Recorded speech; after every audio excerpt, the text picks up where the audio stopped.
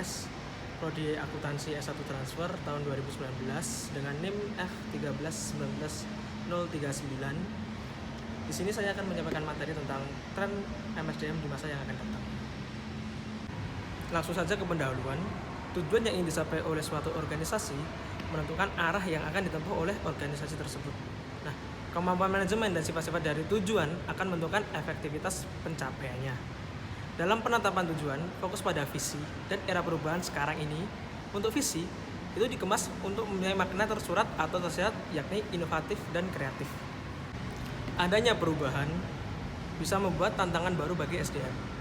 Untuk pencapaiannya harus tersurat pada rencana strategik yang diterjemahkan oleh rencana operasional. Apabila visi yang baru sekaligus sebagai tantangan MSDM. Nah, untuk mencapai budaya organisasi harus humanis, saling membantu karena sasaran dan strategi pencapaiannya sudah direncanakan sebagai jalan organisasi. Perusahaan harus berasumsi SDM yang dimiliki harus berkualitas.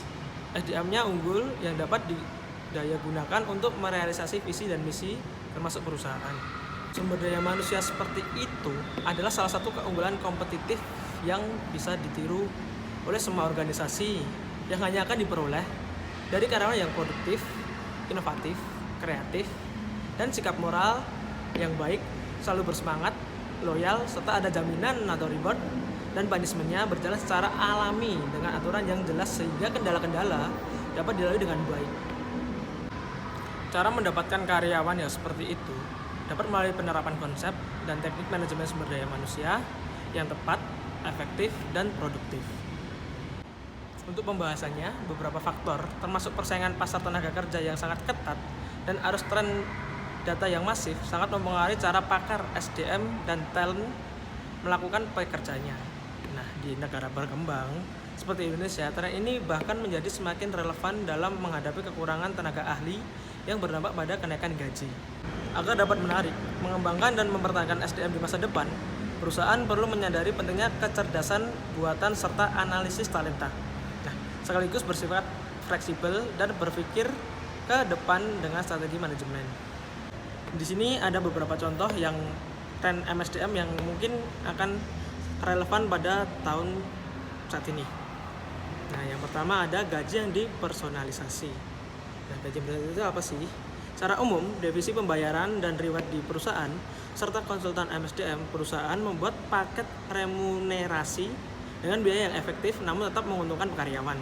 Nah, perusahaan dapat menyesuaikan paket remunerasi dengan beragam pilihan terkait dengan gaji, waktu bekerja yang fleksibel, cuti berbayar, penugasan ke luar negeri, fasilitas pinjaman untuk pendidikan, dan lain-lain. Lalu yang kedua dari branding jabatan.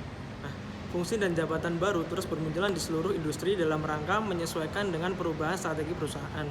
Nah, para pelaku industri ini memahami bahwa teknologi telah mengubah cara mereka melakukan bisnis dan terdapat kebutuhan yang semakin meningkat bagi pelanggan untuk memperoleh pengalaman positif.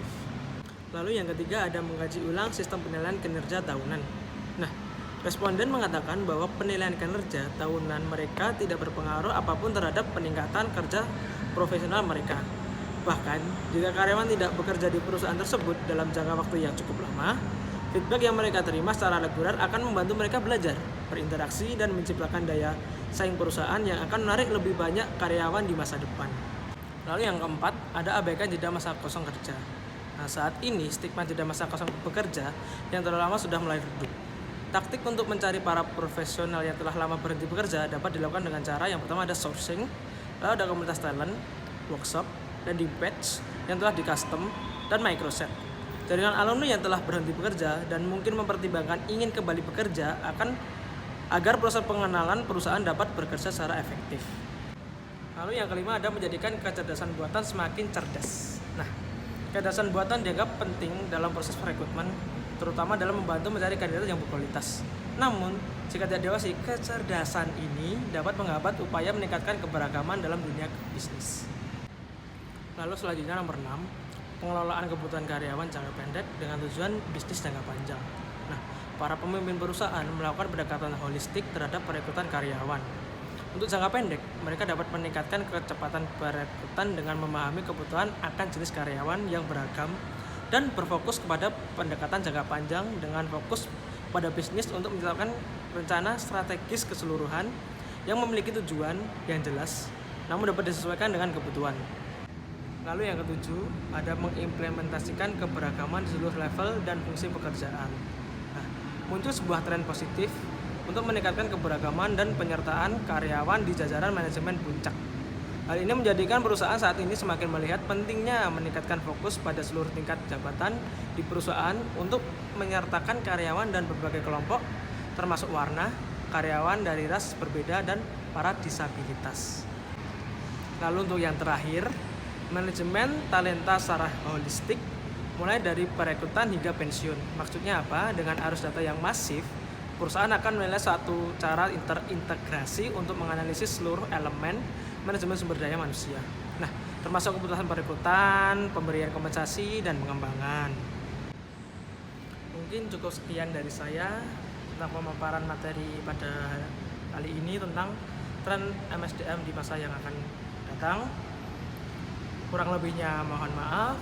Wassalamualaikum warahmatullahi wabarakatuh.